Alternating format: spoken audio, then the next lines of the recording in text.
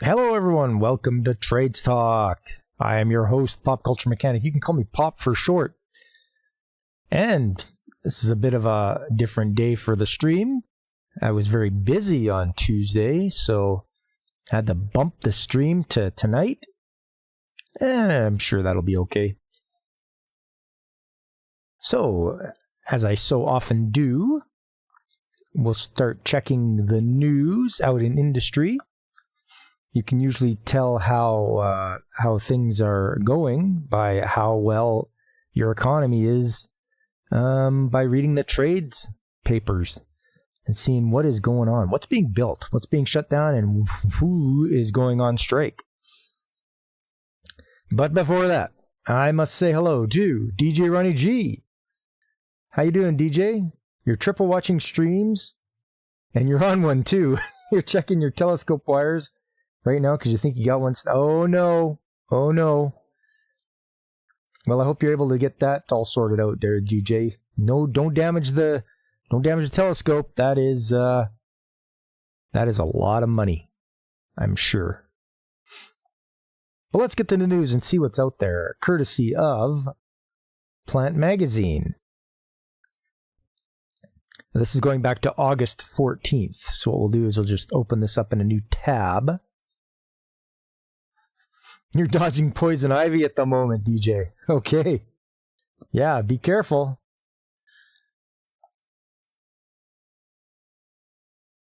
You got a guiding error on the declination axis. Okay. You've got to, you'll sort that out, I'm sure. While you're doing that, I'm going to read this. Engen's investment. Engen is launching 50 new manufacturing projects valued at $59 million. Engen has announced funding for 50 new advanced manufacturing projects valued at $59 million. The investments will support 31 companies in various manufacturing sectors across Canada. Engen's investment of $21.4 million in these projects leveraged a total of $37.4 million in industry contributions from 15 project consortia. The announcement follows recent Engen programs, including the commercialization of quantum technologies, National Quantum Strategy, Electric Vehicle Value Chain Program, and Moonshot for mining, minerals, and manufacturing at the Canadian Space Agency. To date, Engen has approved 211 cluster projects with 483 industry partners and 313 research groups from across Canada. To date, those investments have resulted in $7.2 billion in new sales, a 5 times return on federal taxes. As a result, Engen projects 66 new companies and 3,901 direct jobs have been created. The following project consortia represent the latest cohort of Engen's advanced manufacturing programs. Let's see what they got here. Commercialization of quantum technology stream, quantum simulations of materials discovery at OTI Luminonics and Nord Quantique in Sherbrooke, Quebec. Manufacturing of 3D packaging for QPUs at Anion Systems and Centre de Collaboration Micro Innovation. These are all in Quebec, it looks like. Advanced processes using pulsed lasers for integrated quantum chips at Femtum, Whalepix, and Solution Novica. Manufacturing of multi-site atomic force microscopy for quantum device metrology at ICSP Corp. In Ontario, and Applied Nanotools in Edmonton. Moonshot for mining minerals and manufacturing at the Canadian Space Agency. Automated task learning technology for easy and fast setup of autonomous robots at Guidebolt, Mississauga, and Laurer in Ontario.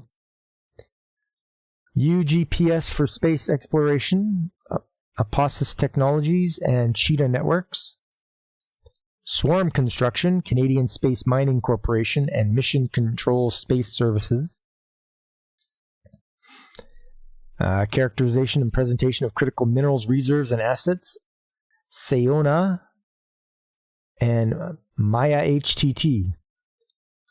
manufacturing of nano-alumina doped with rare earth elements, AEM Technologies and Neotech, sustainable copper oxide for lunar applications at Destiny Copper and Canadian Space Mining Corporation,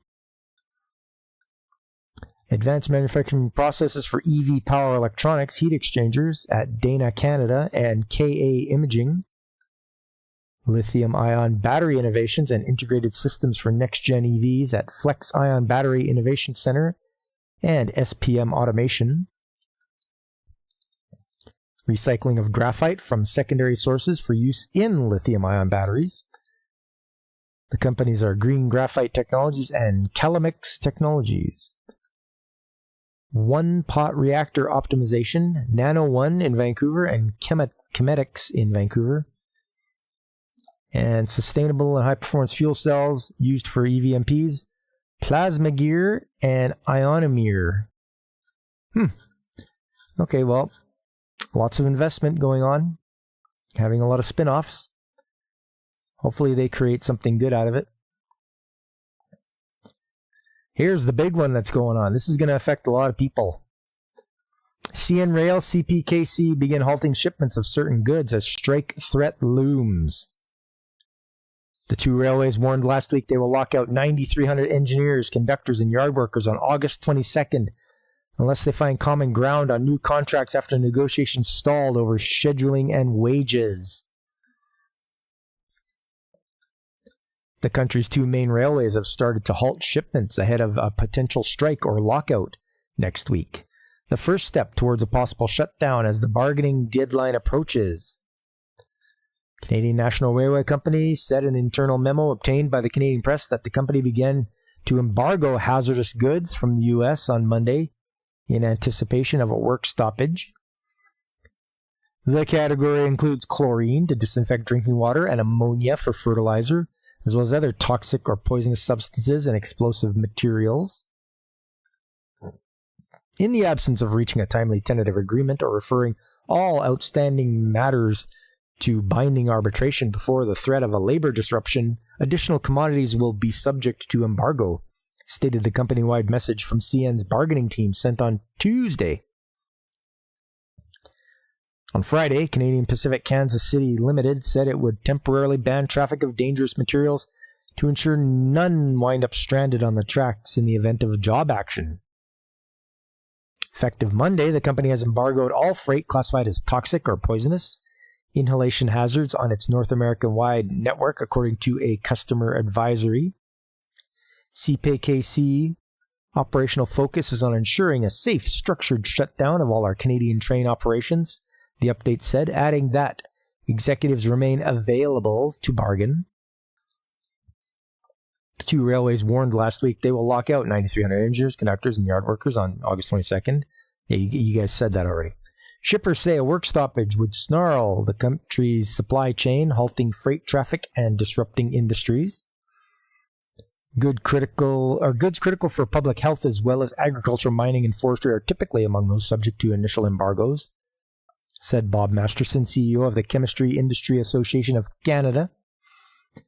When you talk about public safety, those are the volumes that are going to disappear first, he said, highlighting chlorine for municipal drinking water. They'd have a week's worth of supply, and it's being refreshed on an ongoing basis. If we don't get there for a week, and then there's the work stoppage, you're going to start to feel some pains. Members of the industry group composed of producers of plastics and chemicals rely on rail transport for 80% of the sector's $100 billion in annual shipments, he said. With most Canadian-made fertilizer moved by rail as well, Fertilizer Canada says perceptions of the country's trade reliability hang in limbo. Canada's reputation has been damaged by the numerous supply chain disruptions in recent history, said Association President Karen Proud on a release. This uncertainty gives our international competitors like Russia and China an advantage. Railways began slowing down service ahead of a work stoppage, including issuing embargoes that halt the movement of certain products. Embargoes issued today impact essential ammonia fertilizer products, service for all products will begin to slow 3 to 5 days ahead of the work stoppage and 3 to 5 days to reach regular service once it ends. Hey, Godzillionaire, how you doing? Gotta love unions. Screw all the people in the country. We're going to stop working until we get what we want. That's what they're doing, all right. The Railways lockout warnings to the Teamsters Canada Rail Conference last Friday came hours after the National Labour Board ruled that a work stoppage would pose no serious danger to public health or safety, opening the gate for a full-fledged strike or lockout. If either occurs, employees at CN and CPKC would not be compelled to continue hauling goods. The Labour Tribunal ordered a 13-day cooling-off period as part of the dual decisions Friday morning, leaving August 22nd as the earliest possible date for a strike or lockout. The Business Council of Alberta on Tuesday demanded federal intervention, echoing a call for more than 70 industry groups and 40 local chambers of commerce last week. Should a prolonged work stoppage occur, the adverse impact for all Canadians will be deep and long-lasting, with many of the most significant impacts felt by Western Canadian farmers. And I said last week that's why they're doing it at this time. It's harvest time. Farmers are harvesting all their grain, crops, everything like that. This is on purpose at this time. They wouldn't do it in wintertime. They wouldn't do it in spring. They're doing it now when it's time for harvest. We urge the government to immediately take all the actions necessary to achieve a speedy resolution. The Labour Minister, who sat down with railway and union representatives last week, has urged the two sides to hash out a deal at the bargaining table. And that was back on the 14th. Let's see if they... Oh, here we go. So here's an update from the 19th.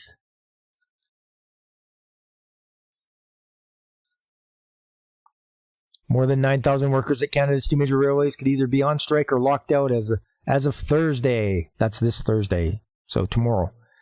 Disrupting supply chains relied upon by many industries. The union representing thousands of workers at Canadian Pacific Kansas City Limited says it had served a 72-hour strike notice to the railway. The Teamsters Canada Rail Conference issued a news release saying unless the parties can reach a last-minute agreement, workers will be off the job at 12:01 Eastern Time on Thursday. So that's 10 my time. Not long after the union statement, CN Rail issued a notice that it intends to lock workers out at that same time unless an agreement or binding arbitration is achieved. The company says no meaningful progress has occurred despite weekend labor negotiations. Did I see the revised U.S. jobs report from today? There were actually 818,000 less jobs than estimated. Oh, they love to fudge their statistics when it suits them. They're like, oh yeah, we've made so many, but yeah, having one that actually says there was less jobs, woohoo, that's crazy, Godzillionaire. Maybe we should look that up after. Hey James, how you doing? Nice to see you. Just going through what's going on with CN and CP Rail with the rail strike, which could be happening tomorrow. It goes on, unless there's an immediate and definite resolution to the labor conflict, CN will have no choice but to continue the phased and progressive shutdown of its network, which would culminate in a lockout, the company said in a release. Both CPKC and Canadian National Railway have been halting shipments in preparation for potential work stoppages by a combined 9,300 workers at the two railways on Friday. CN's schedule showed that it started barring container imports from U.S. partner railways. The two companies have already halted shipments that need cooler temperatures, such as meat and medicine. Industry groups have expressed concern about what a work stoppage could do, such as raising expenses and delaying shipments from manufacturers. Are they stupid? They should know what's going to happen, because it's happened before. This isn't the first time they've gone on strike. Look years back. They've gone on strike, and they could figure out what happened. I mean, come on. On Thursday, Federal Labor Minister Stephen McKinnon rejected a request from CN to impose a binding arbitration, saying he wants the company to bargain in good faith. Yeah, CN, You should bargain in good faith. The union responded to CN's Sunday announcement in a news release, accusing the company of being willing to jeopardize the Canadian economy and hold supply chains hostage to improve their bottom line. Spokesperson for CPKC referred the Canadian press to previous statements on Friday. The company said it's committed to bargaining in good faith and reiterated a standing offer to resolve the matter through binding arbitration. You got to disagree. We'd be one less ecological disaster if the government had not prevented the rail unions from striking. East Palestine, Ohio, for $1 trillion, Mr. Trebek. Oh, yeah, that was crazy. That East Palestine thing, and they sure did clamp down and not have anybody come and have a look around there, didn't they? Like, we're talking major cover-up. If trains are stopped, it's difficult to crack. You bet it is. You betcha. As it goes along here, CPKC previously served a lockout notice to the union for 12:01 a.m. Thursday. The union said it's being forced to serve strike notice to the company to protect workers. We do not take this decision lightly, but CPKC's reckless actions have forced our hand. By unilaterally locking out our members and changing the terms of the collective agreements, they are stripping our members of essential protections, said President Paul Boucher in the release.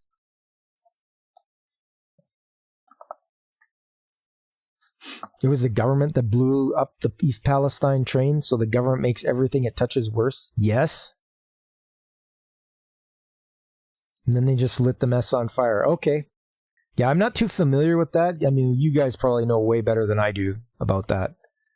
But it's, yeah, that's the worst thing you could ever hear somebody say is, I'm from the government and I'm here to help. So, they do not.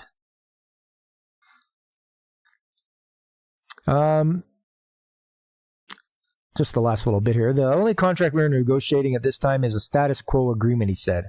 In its release Friday, the company said for its train and engine workers, it's focused on a status quo style contract renewal covering 3 years with competitive wage increases that are consistent with recent settlements with other railway unions and maintains the status quo for all its work rules. The company said this offer fully complies with new regulatory requirements for rest. For the rail traffic control workers, the company said it has proposed a renewed agreement that would deliver competitive wage increases. On Sunday, about 10 hours before the union issued its statement about the strike notice, McKinnon posted on X that the two rail companies were continuing to negotiate with the union alongside federal mediators.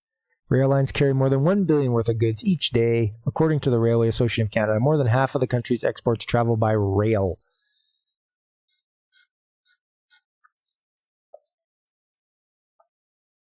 Classic Reagan, DJ. There was a stuck brake that was literally on fire for miles, but the train kept on going despite being on fire. Oh, okay.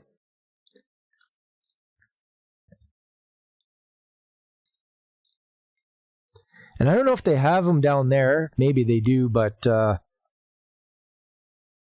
have eyes on the side of the railing, like laser eyes or whatever, and they will monitor. As the train goes by, it'll watch the bearings and see how hot they are.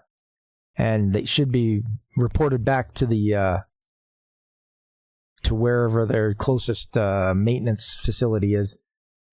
That's up here in Canada. I don't know if you guys have that in the States, but to me, that's a great idea. That way you should be able to find any problem ones and take care of them before it becomes worse. This is just a few years ago, like 1, 2, maybe 3. Okay. What else we got here?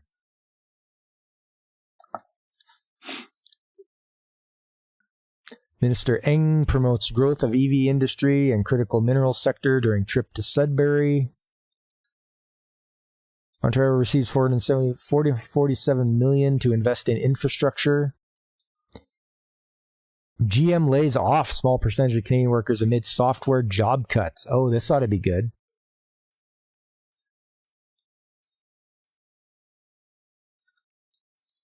GM wouldn't specify the number of Canadian workers cut. General Motors says it's laying off some workers in Canada as part of a wider reduction in staff, affecting more than 1,000 salaried employees worldwide.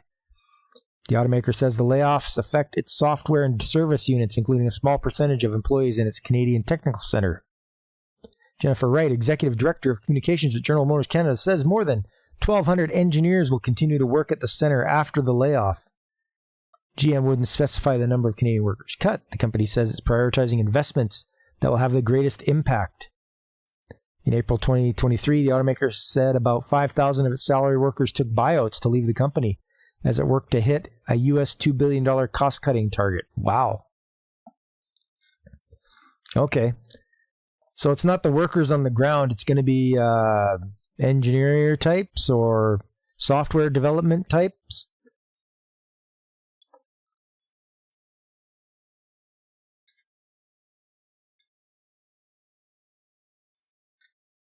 Maybe there's a valid technical reason to let it burn, but perhaps elements of the government want to use an excuse to seize more control. Okay. There's a video of the flaming break, and the train union was talking strike, but the Biden administration somehow interfered and prevented the strike. Yeah, government interference.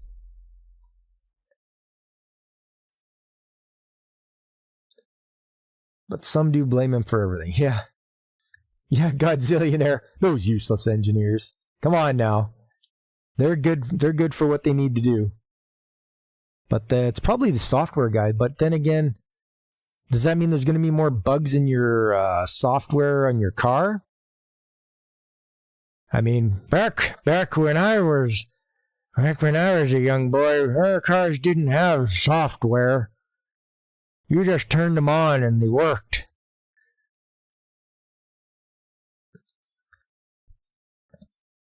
And here we go. Hopefully this is a positive note. Toyota Manufacturing celebrates 11 million vehicles manufactured. Toyota Canada has made a stop at the Toyota Motor Manufacturing Canada plant in Cambridge this week as part of its 60th anniversary tour. Toyota executives attending the visit recognized the role TMMC has played in Toyota's Canadian history and marked the 11 millionth vehicle produced in Canada. Toyota Canada says 9,000-kilometer cross-country tour is making stops in every province to highlight some of the key people, locations, and stories from throughout the company's 6 decades in Canada. There you go. That's the government in a nutshell, always trying to grab more power. You don't think it's possible to make the electronics in a GM worse at this point?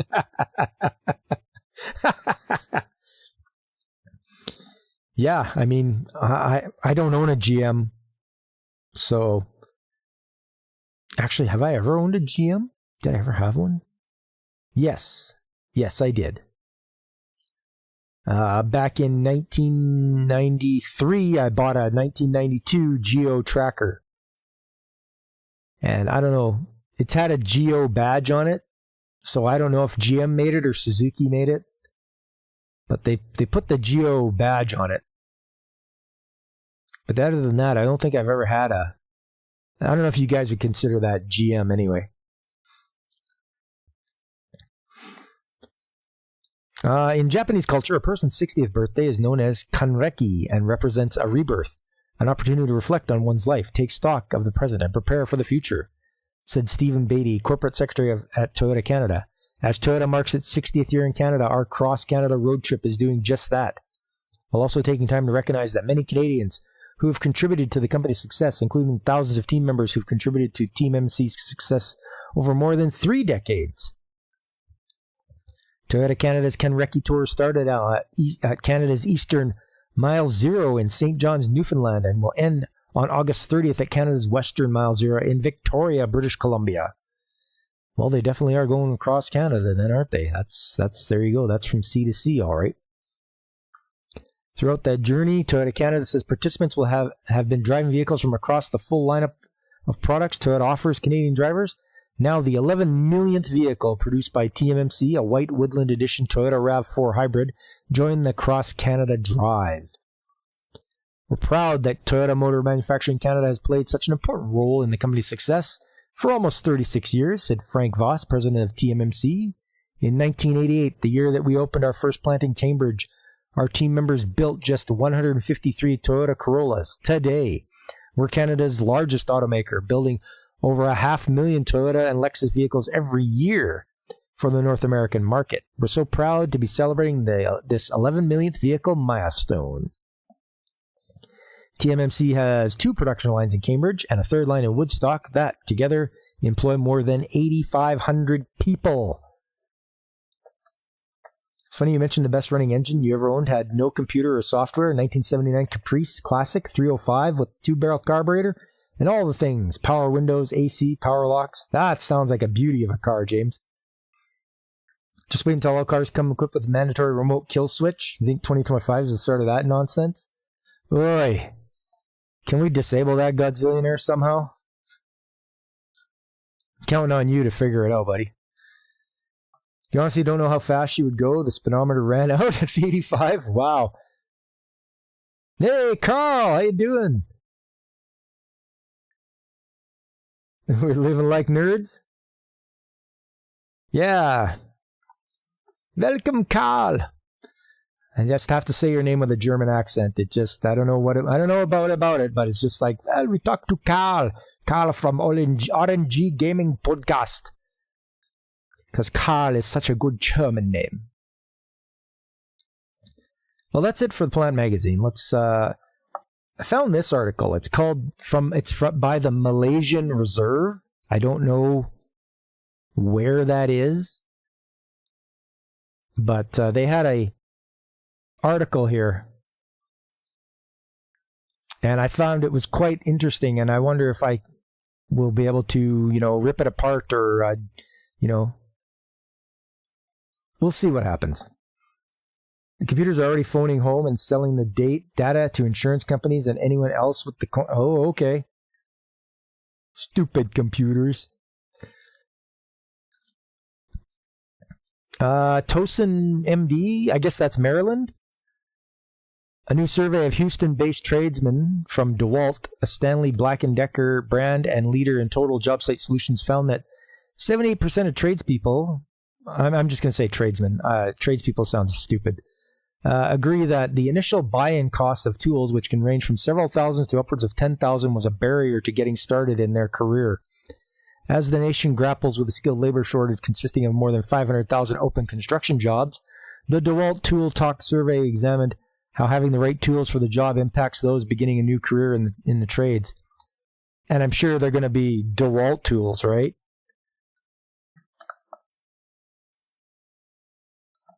Yeah, James. Carl from Bavaria. Yeah.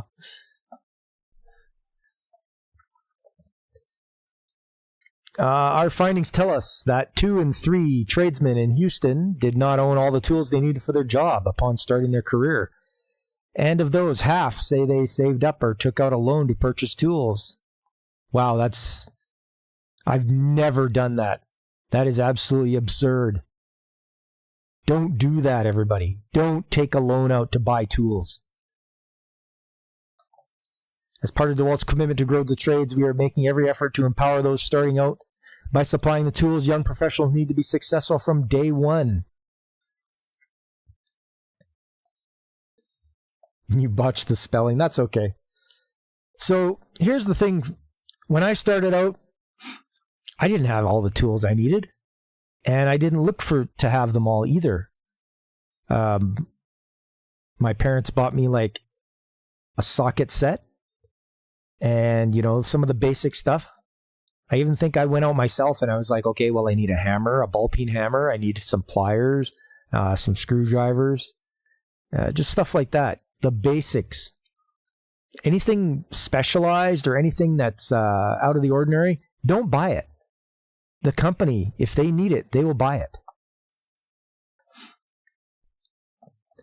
And you come up with a good point, Godzillionaire. If you're buying tools from the Snap-on truck that visits your workplace, then yeah, you need a loan.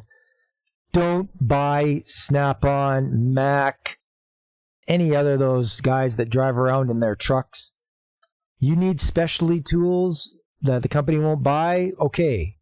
Maybe call them up. But you're good enough. It's good enough to buy, like, I bought Craftsman from Sears. and it was good enough. I still have them to this day. Those tools, they lasted. First of all, treat them right. Don't beat on them, unless they're a hammer, in which case for beating. But as long as you don't abuse them and wreck them, they'll be fine and they'll last you. And they're mid-quality, right? Don't buy the Harbor Freight in the States or the Princess Auto in Canada. That's cheap Chinese garbage, and it'll actually hurt you. Just by trying to properly use it, you'll get hurt from those tools. I personally got hurt from a pair of Chinese vice grips, and I was using them properly. I was trying to close them down on two pieces of steel to hold them together, and it pinched my hand. And it was like, you know what? I just unhooked it, and I threw them right in the trash.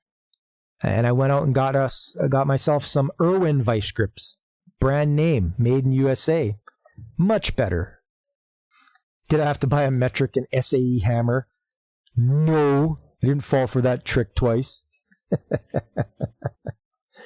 Don't buy Craftsman now. You think they're all been outsourced to China? Probably. As soon as Sears probably folded, that was it for them. So yeah, there's stuff at Home Depot. I think they have the Husky brand. You can get Proto. What else is out there? There's Westward. Stuff like that. And you'll know too, when you go to your job and you're talking to them, it's like, oh, do I need to provide my own tools? Do you guys provide tools? So when I worked at the composting facility, they provided all the tools. I did not have to buy one single tool because as soon as you started there, they had a tool allowance and they pretty much bought you a toolbox loaded with tools. So that's good. You would never want to take them home anyway or steal them because they stunk like compost. So I don't know what it is, but it would get ingrained in the steel and the smell would never come out no matter what you did. So that's why they bought their tools. You wouldn't have to bring your own and ruin them that way. Same as where I'm at now. All the tools are provided. If I need something, hey boss, I need this tool. Okay, how much is it? Okay, go get it. Grab it, whatever you need to do. Sometimes I don't even ask. It's gotten to the point where I'm just like, you know what? I'm going to buy that. And as long as it's not excessively expensive, I'll just take it.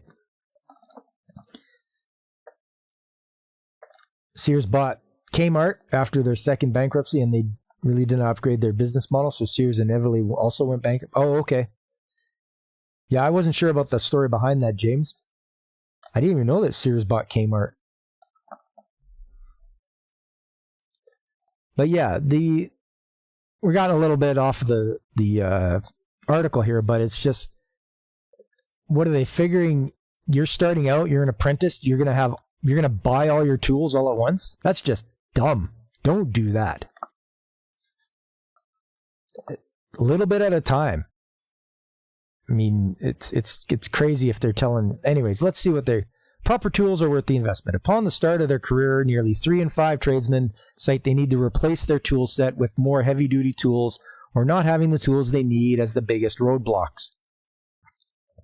Not surprisingly, then, 93% of tradesmen say that investing in durable, high-performance tools is worth paying a higher cost. For nearly 3 in 4, it took 2 years or less to see a return on the money spent on their initial investment in tools.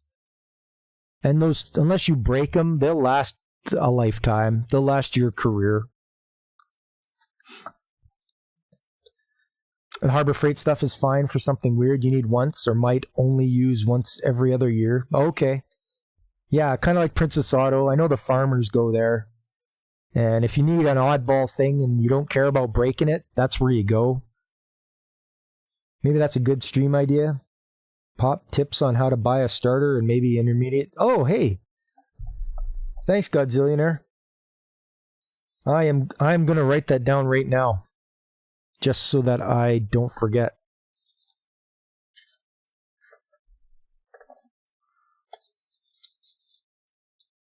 I'll take that, move that there.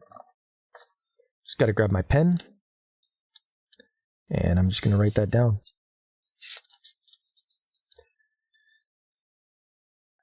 Stream.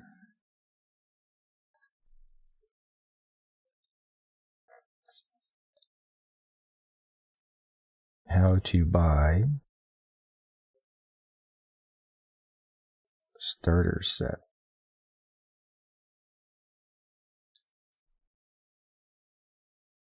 Intermediate set. Right on. Thanks, Godzillionaire.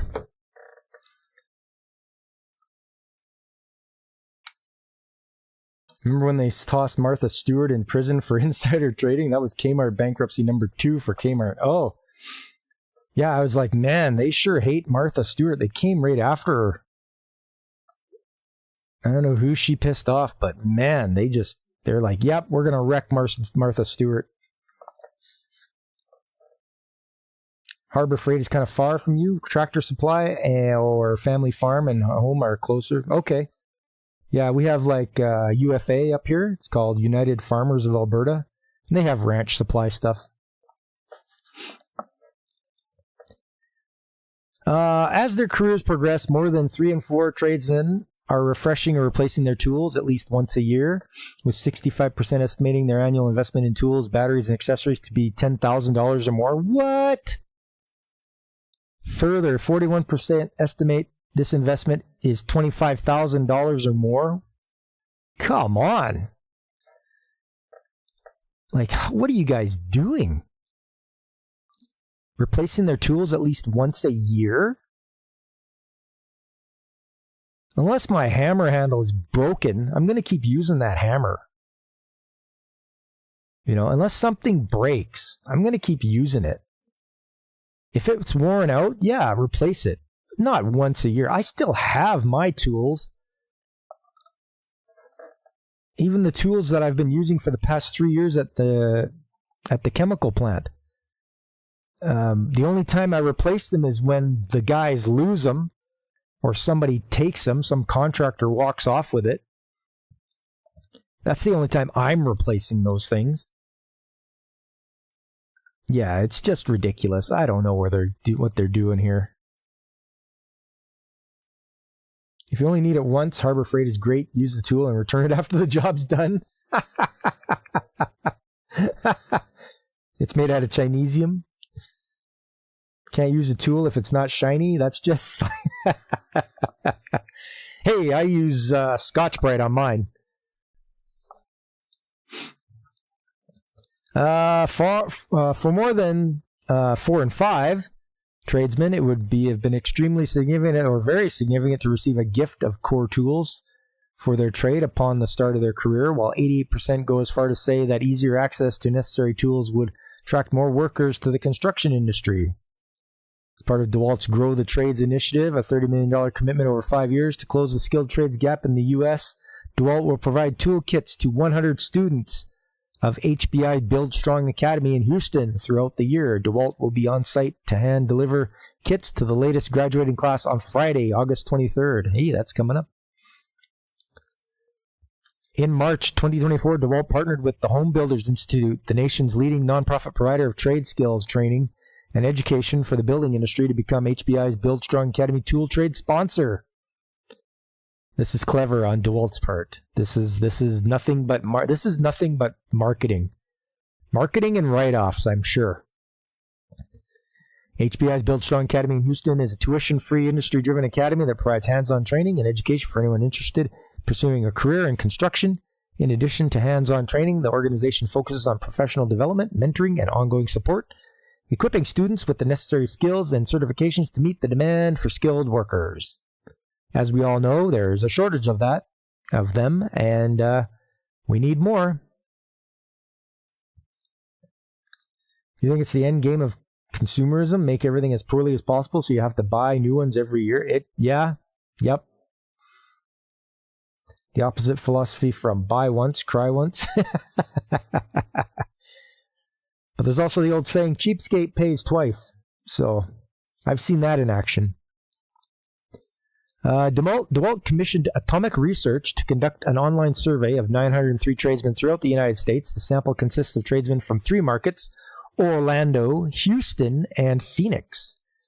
Fieldwork took place between November 15th and November 21st. The margin of error for the overall sample is plus or minus 3%, with a confidence interval of 95%. Atomic Research is an independent creative market research agency. In order to qualify participation in the study, participants must indicate a trades profession in the electrical, carpentry, mechanical, plumbing, pipe trades, general contracting, masonry, concrete, flooring, framing, or HVAC trade. Okay, so there you go. DeWalt trying to get into the good graces of future people in the trades, and can't even blow up that picture. Good job, you guys.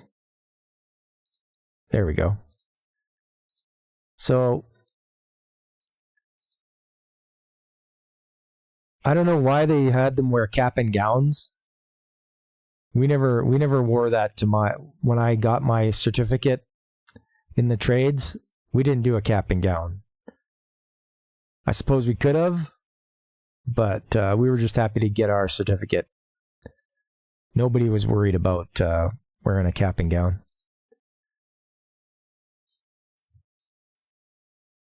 You watch AVE 2? More than twice, lost time going back and forth to the store, lost job time. It's counterproductive ultimately. Yeah. Yep. So that's this place, the Malaysian Reserve, wherever that's from. Ottawa earmarks $16.3 million for BC skilled trades projects. So Ottawa is the Washington of Canada, right? That's where the capital is. That's where they have Parliament. So it's the federal government that's sending money to BC for skilled trades projects. BC skilled trade workers may soon be buoyed by some big bucks from the feds. Ottawa announced last week it's earmarking $16.3 million for 25 projects aimed at bolstering skilled workers throughout the province.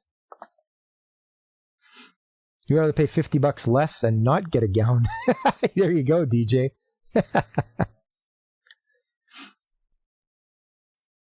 You watch that channel, Big Clive?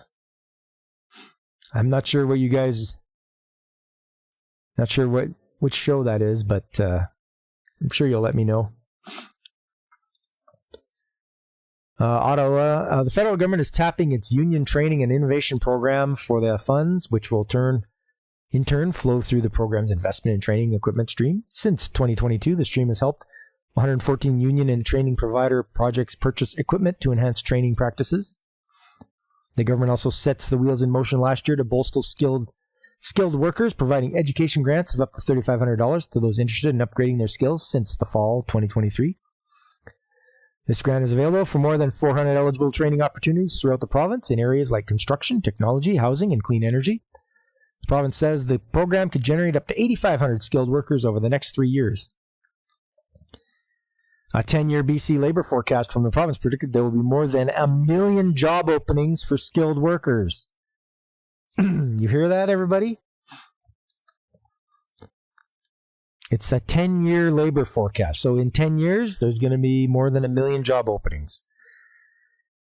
Employment Minister Randy Boissonnault said in August 13th release that more than $74 million is being earmarked for across 124 projects through recent calls and proposals under the UTIP. Launched in June 2024, the call for proposals under the Sustainable Jobs Stream plans to invest over $95 million in 5 years to support green training for about 20,000 apprentices. I don't know what green training is. I hope it's useful, and I wish they would have gone into more detail about it.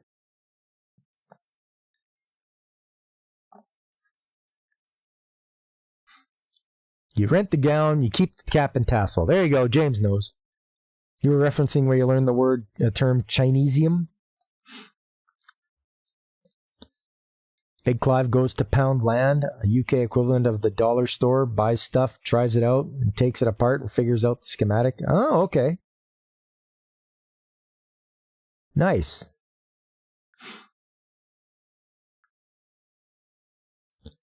Another key aspect of the program is funding diversity initiatives to address labor shortages, encouraging more women and newcomers to join the workforce. You can encourage them all you want, but they're not going to go do it. They'll do it if they want to. Most Poundland products are Chinesium. I got you, James. Employers have to be looking at women, Indigenous peoples, and New Canadians, and even by welcoming those groups into the skilled trades workforce, it may still not be enough. BCIT Head of Trades Access Department Tamara Pongratz told BIV in April. About 43,200 workers are expected to retire in the next 9 years, representing nearly a quarter of the workforce, and will require an estimated 54,000 to offset the loss, according to a recent poll or a recent report from Build Force Canada. So there you go.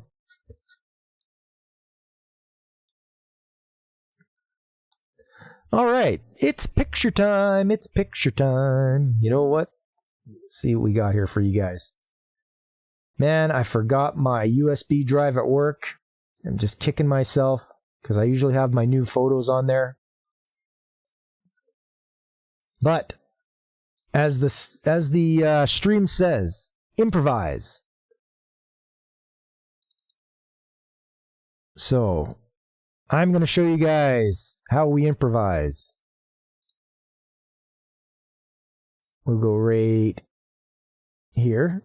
There we go. And you'll notice I have the chat up because I can't trust Restream anymore to keep in contact with YouTube. So I have to have backup chat windows so I can see everything. Because, you know, Restream has to smarten up. Some things work well enough, other things will burn down your house. Some will electrocute you. Seems to be about a third distribution. Okay, James. Yeah, it's a kind of a crapshoot, isn't it? Anyways. So here's a radiator on top of a large shredding machine. And it's hydraulically run. So it runs a hydraulic motor which turns the fan, which blows the air through and cools down the radiator, which cools the hydraulic oil. Well, the fan failed. I don't know what happened. Whether it was, you know, the motor was no good anymore, something happened. But we had to figure something out, so we got this large fan, big air mover, and we got our crane and we lifted it on top, and we snuggled it up right. Or actually, I took the old fan off first. And then we snuggled that fan, this one up right close to it. Yes, Godzillionaire, yep. It's forcing air through it. And then we had to secure it and try it out and see if it would keep the temperature of the oil lower. And it did. It worked. But this is our improvisation. We had to, as you can see, we've secured it with rope, tied it to the one corner and around the eye bolt. And it's the same thing on the other side. And there's our cord for power.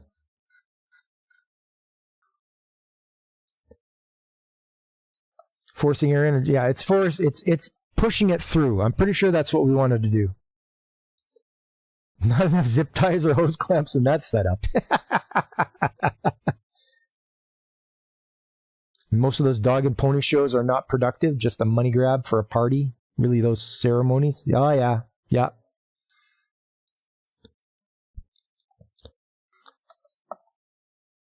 Not nearly enough tape and wire. Hey, come on, guys. Rope is good enough. It held it there, and we butted it right up against it, so it was able to get the full force of the air through that radiator and cool down the oil. As you can see, this is one of the oil lines right there. It runs up here, and I think it goes down through the radiator, and then I think it comes out on the other side. So it's very important. It was very important for us to keep that cool. Because this thing, I'll show you guys. I'll show you a video about it. This shredding machine. Let me just get it set up here.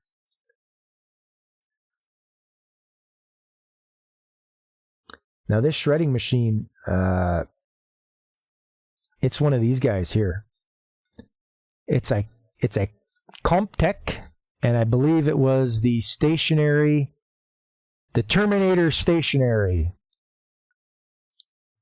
Yes, it was the Terminator. We'll have a look here. That's what it looks like if you're looking at it through the top. It's got the comb here at the top, and then the rotating drum. You're giving me a hard time at work. That's the thing. Yeah, hey, it's okay, man. That's all right. That's a different one. That's not the one that I worked on, but that's one of their display models, I guess you'd say. Ours was the 3400. And ours was a synchronous motor, 160 kilowatt drum drive on both sides. It spun at 27 RPM for the drum spinning. And it weighed, what was it now? Oh yeah, 16.5 tons. And we could do up to 50 tons an hour. So that's the specs on it. You could also get these portable ones, which came with tracks or wheels and a trailer. You could tow it around. But you bet that thing could handle 4 mutant turtles, no problem. You bet it. You bet it could. I would. It's horrifying to think that if you ever went in there, I'd have to go open the door up and tighten the teeth down and I'd have to use a torque multiplier because they wanted them to be that, like, I don't know, like it was like 1,000 foot-pounds or something. It was just something crazy. And there's no way I'm getting up to 1,000 foot-pounds on my own, so I'd have to use that torque multiplier. They're impressive. They break down everything from Buffetts to Buicks. Yeah, that is a lot of trash. But yeah, I'll get to that video now. Let's see here. Let me just pop that up. And then we'll go like, no, not that one.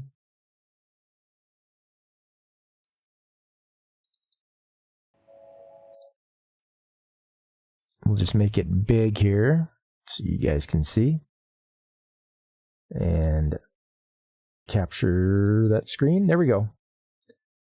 So there you go. This is it in action. They're running it to make sure it's all okay. And you can see there's the shredder, which goes to an incline conveyor, which has a mag belt above it to catch anything that's metal, mostly nails and such. And then it goes into a rotating screen. That's this big green thing here. So that big thing there would help screen a lot of the stuff down to a smaller size.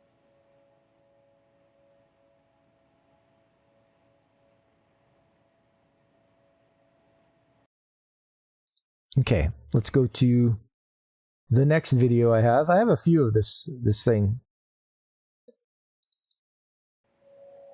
Here's the front end loader loading it up with some wood scraps.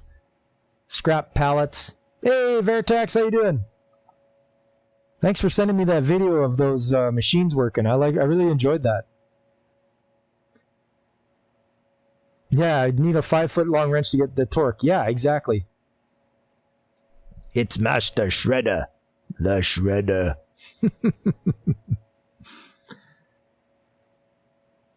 Okay, come on now. Empty that thing out there. Time's money. Get going.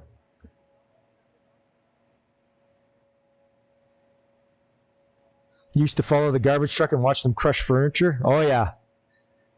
Okay, so he's going to eventually dump those pallets in there. And that thing is just going to decimate them.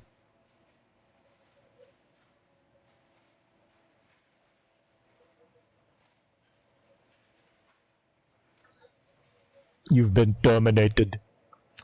Yeah, the Terminator will get you. There he goes. And you can see the stuff working its way, how small it comes out. And I'm going to try to get a closer look here now that the loader's gone. Yeah, he's letting his bucket down. He's going away.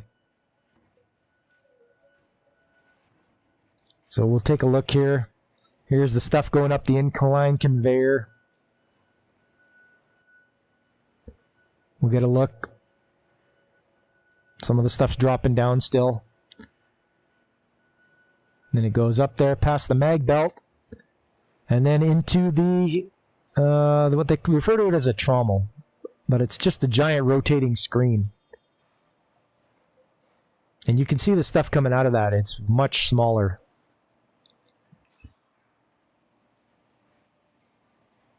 So it travels all the way to the end, and then anything that's not small enough to fall through those holes in the screen falls out back here. And yeah, it's big. Like some of that stuff that coming out of there is pretty big.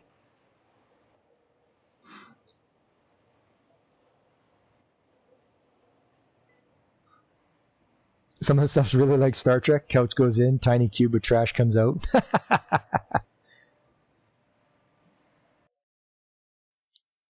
All right, I got one more too. One more video, I think, of this thing in action. Or maybe two. Let's have a look at this and see what this is. Okay, I'm on the other side now. Looking through here. And there's the stuff dropping down. The wood that's been shredded.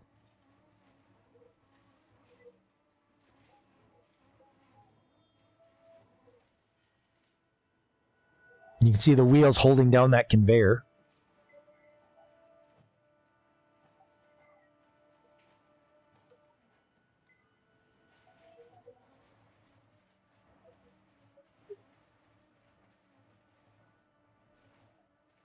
There we go. And up by the mag belt,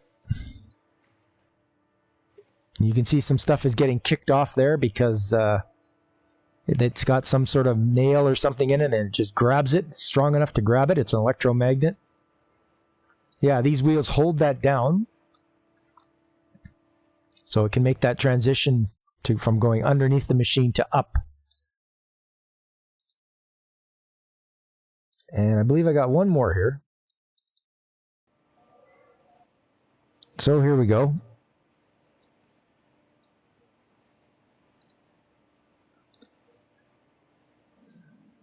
It's just a different angle from him dumping the dumping more wood down there.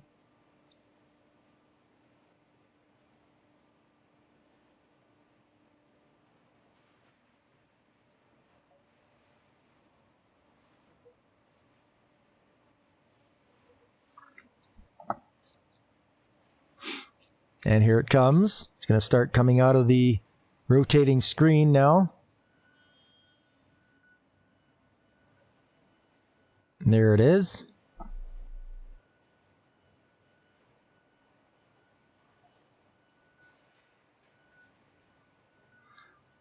So they're making their own wood chips, and what they'll do with that is they'll mix the wood chips here with the garbage and mix it in with the human waste. And yeah, it'll be turned into compost. Your cat must have recovered. She ate all her food. Nice. It's good news, James.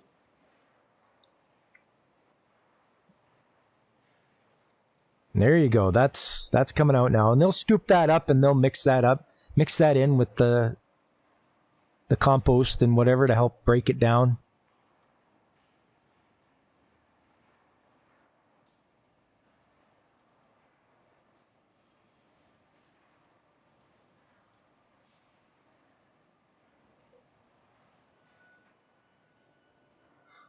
And the stuff that comes out back here. You got to be careful. You never know what's going to come out of there. It makes a big mess, though.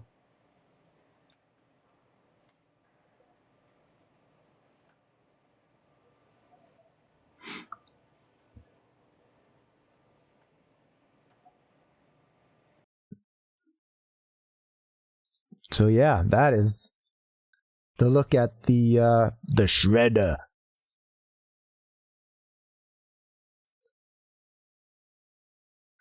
And a little bit of improvising on how you do that.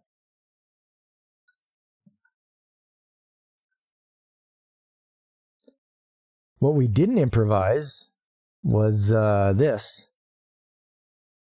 This is behind that rotating screen. They wanted something a little more substantial to protect this, protect these instruments here, gas monitors. And what they had set up, what the original contractor installed, was a thin little piece of tin. And so we were told, hey, you got to make up something to protect that. And I'm like, okay, no problem. I'll get my welder. So we grabbed some spare square tubing and a nice thick piece of plate. And we put some feed on it. We drilled some holes in it. Then we used a Hilti drill or a hammer drill to drill into the concrete, secure them down in there. And there you go. Now that is protection. Nothing's getting by that unless you're driving the loader and you cream the thing. There was a mulch fire on the west side of Detroit today. It was such a huge pile of mulch, 20 feet tall and like 500 yards on the side. Your thought was, why haven't it been shipped out to other locations or spread out in fields? Maybe nobody bought it yet? That's the thing, James, with wood and compost and stuff. If it sits there, it breaks down and it makes its own heat. That's why they will start on fire. I've seen piles of garbage smoldering because it's sat there for so long. And there was rules and such that we can't have garbage sit for so long. You can't let it sit for a week. You have to, ship it out or you have to get it sorted and ship it away. Because if it sits there, it has time to form its own heat and catch on fire potentially. Looks like a blast shield for sure. You betcha. That's what I was going for. I was going for nothing is going to hurt this stuff behind this thing. And there's another shot of it. We went right to the wall, so nothing could get by it. And we went high enough that nothing should be able to come over top and smash anything. And we went thick enough just to be able to take the abuse and last for years and years. So that was another project. And we got the hole in the top here. That was for the crane, so we could lift it up into place. So we hoisted it up and stood it up and then secured the bottom, as you can see there. Anchor bolts in the bottom.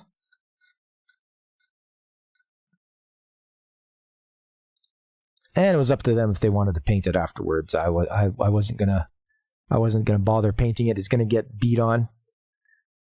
But it's so hardy, I don't think anything's gonna wreck it.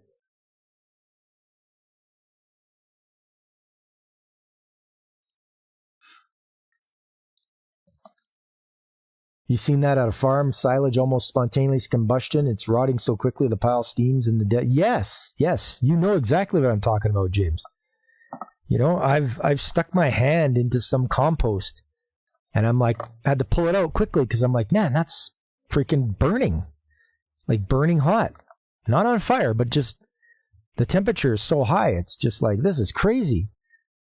But stuff does that. People don't realize things breaking down release a lot of heat, a lot of energy.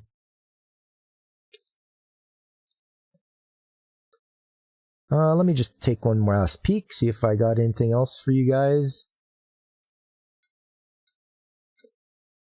Yeah, sorry, I forgot my USB at work. I guess my head wasn't in the game today. Oh, is that the original? Yeah, that was the original. There you go.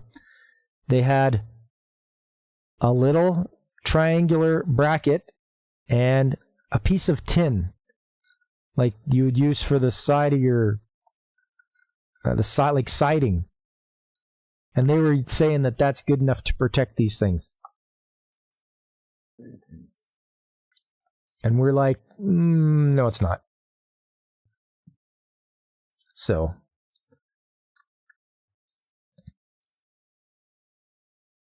we got something better. There's always a way to improve.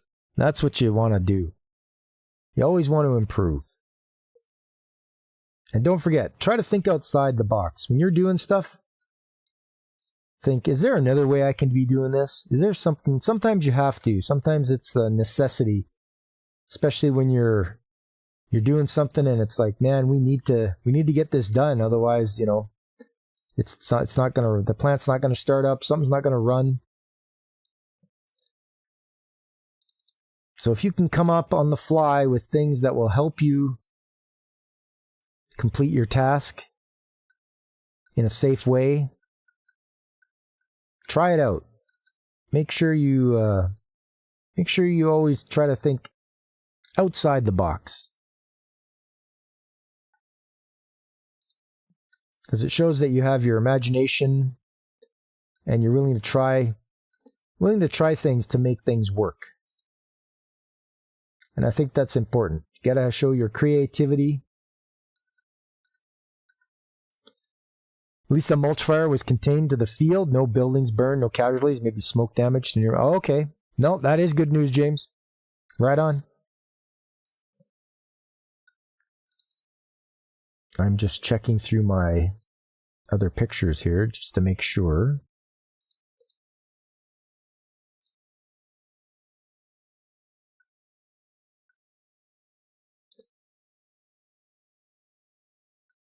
Okay, yeah, I don't want to keep showing the same stuff over and over again, but hopefully new stuff so that you guys can see some new things, not just the same old thing over and over again. All right, well, I think that's good enough for the stream tonight. Just want to say I appreciate everybody that showed up, everybody that came out today. Like DJ Ronnie G and Godzillionaire, that's everyone's favorite kaiju. James, always good to see you. And there's also Carl from RNG Gaming Podcast. You got to see Carl. Go and see him. He's a good guy. Go see Carl. And anybody else? Oh, Veritax, of course. Nice to see you too. Anyone else that was listening, lurking, please drop me a like, a follow, depending on which platform you're watching me on. I really do appreciate you spending time with me tonight. There's other good guys out there, too, to watch. People I personally watch and enjoy, like... I found my paper, too, so I don't have to try to remember it off the top of my head anymore. Pacific 414 and DJ Ronnie G.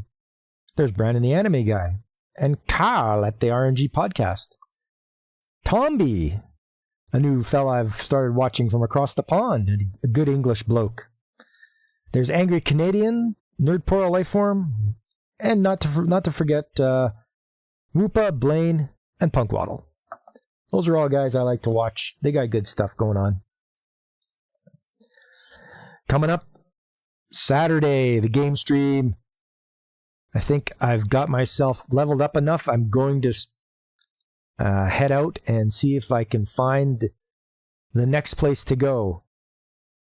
I'm hoping this carries the story along a little further and I can get closer to that end game of finally beating the last boss. But you'll have to tune in on Saturday, 9 a.m. to see what goes on. The best part of working trades is that you can always learn different stuff on and off the job. Somebody always needs something built or repaired. You are right, James.